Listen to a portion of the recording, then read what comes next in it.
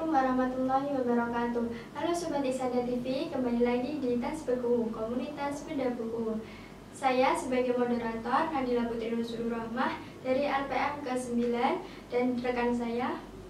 Perkenalkan, nama saya Elvira Prista Eka Fitria. Saya dari LPM Generasi 8. Dan di sini saya akan membedah buku berjudul Tuberkulosis Bisa Disembuhkan. Baik, Kak Elvira, boleh sedikit dijelaskan mengenai buku tersebut? Jadi di buku tuberkulosis ini menjelaskan tentang penyakit tuberkulosis yang disebabkan oleh Mycobacterium tuberculosis.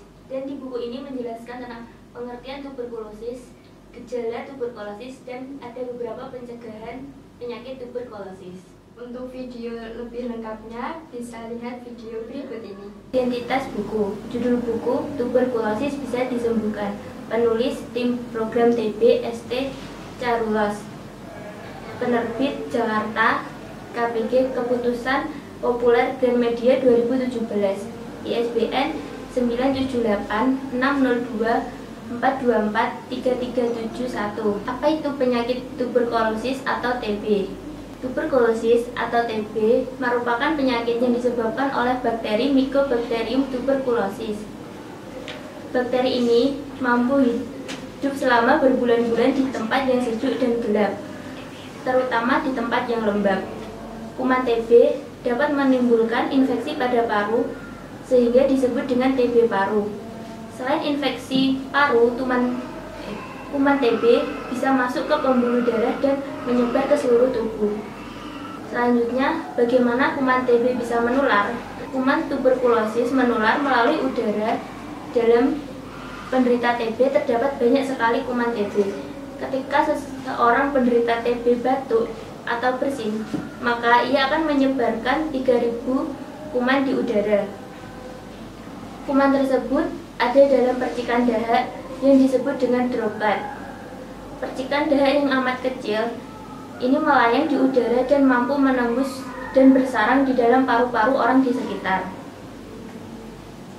Siapa yang mudah tertular penyakit TB?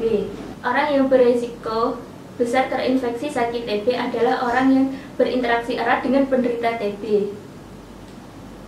Dan orang yang memiliki resiko penularan TB yaitu kelompok usia yang memiliki kekebalan tubuh rendah, yaitu bayi, anak-anak, dan orang lanjut usia.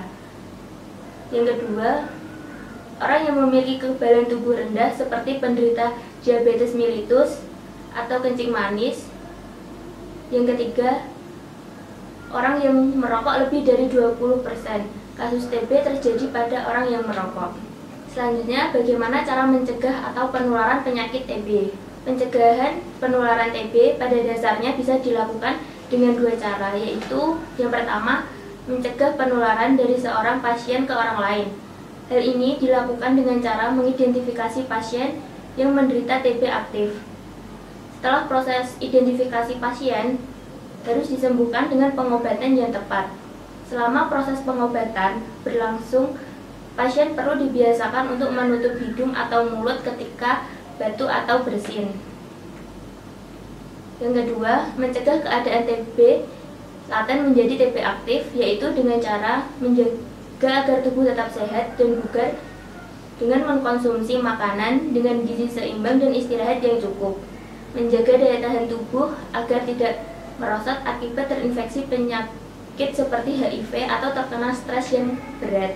Untuk anak-anak, bila sudah terlindungi vaksin BCG, maka mereka memiliki perlindungan tubuh terhadap meningitis TB atau TB pada selaput otak, TB pada seluruh jaringan paru, dan semuanya bisa berakibatkan fatal. BCG juga melindungi anak dari pleuritis TB atau TB pada selaput paru dan terhadap timbulnya TB pada anak sendiri. Apa saja sih gejala TB? Yang pertama, gejala TB yaitu gejala batuk lebih dari 2 minggu berturut-turut. Yang kedua, nyeri dada dan sesak nafas. Yang ketiga, berkeringat di malam hari dan demam. Yang keempat, nafsu makan menurun disertai penurunan berat badan. Bagaimana sikap kita terhadap saudara atau pasien yang mengidap penyakit TB?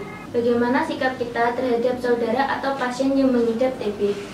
Dari kesadaran akan pentingnya pengobatan secara tuntas, maka dibentuk konsep pendamping untuk pasien TB yang disebut dengan PMO atau pengawas minum obat. Biasanya PMO sendiri berasal dari anggota keluarga atau yang tinggal serumah dengan pasien, tetapi bisa juga dari bidan, perawat, kader kesehatan, guru atau tokoh masyarakat.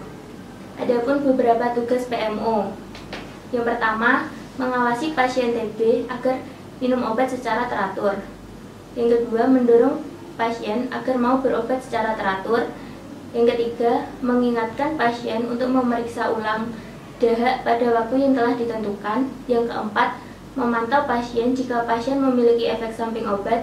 Yang kelima, mengingatkan orang-orang di sekitar pasien TB untuk segera memeriksa diri jika mengalami tanda-tanda penyakit TB. Sekian bedah buku kali ini, semoga bermanfaat. Apabila ada yang ditanyakan, boleh tulis di kolom komentar. Dan jangan lupa like, komen, dan subscribe channel Iksada TV. Wassalamualaikum warahmatullahi wabarakatuh.